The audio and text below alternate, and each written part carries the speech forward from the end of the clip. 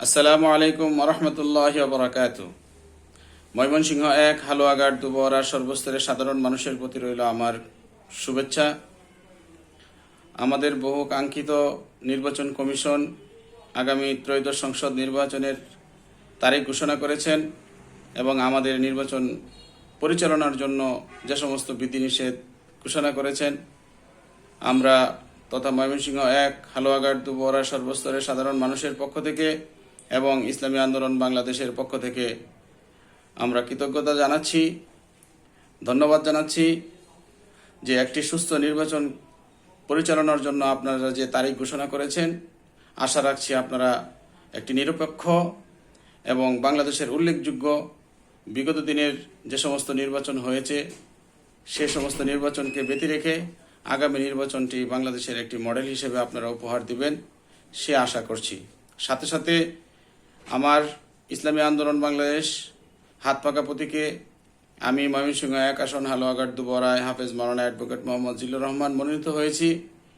সাথে সাথে ময়মনসিংহ ১ আসন সহ সারা বাংলাদেশে যেহেতু আপনারা শুনেছেন একটি জোটবদ্ধ আলোচনা হচ্ছে, সমমান ৮টি দল আমরা যারা হালুয়াঘাট দুবরাতে আছি, ইনশাল্লাহ আমাদের মধ্য থেকে যে কোনো একজন আগামী নির্বাচনে প্রার্থী হিসেবে আসবে।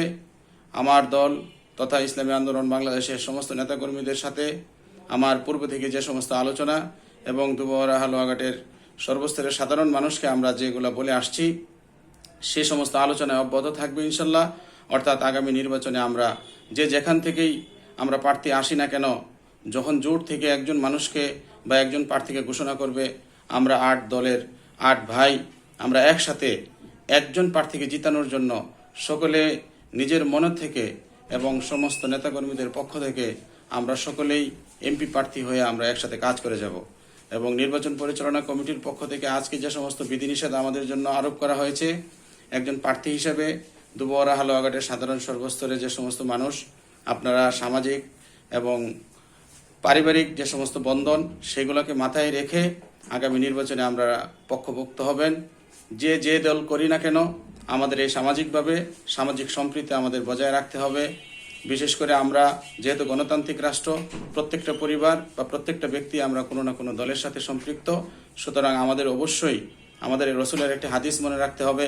ক্বালা রাসূলুল্লাহ সাল্লাল্লাহু আলাইহি ওয়াসাল্লাম আল মুসলিমু মান সালিমা আল মুসলিমুনা মিন লিসানিহি ওয়া ইয়াদিহি, অর্থাৎ আমরা এমন কোনো কাজ করব না আমার মুখ এবং আমার জিহ্বা বা আমার হাতের দ্বারা অন্য মুসলমান কষ্ট পায়। সুতরাং হালুয়াঘাট এবং দুবরা সর্বস্তরের সাধারণ মানুষের প্রতি আমার উদারত আহ্বান থাকবে, আমরা যেন এই সম্প্রীতি, সামাজিক সম্প্রীতি এবং পারিবারিক সম্প্রীতি বা রাষ্ট্রীয় সম্প্রীতি যেন আমরা ভুলে না যাই।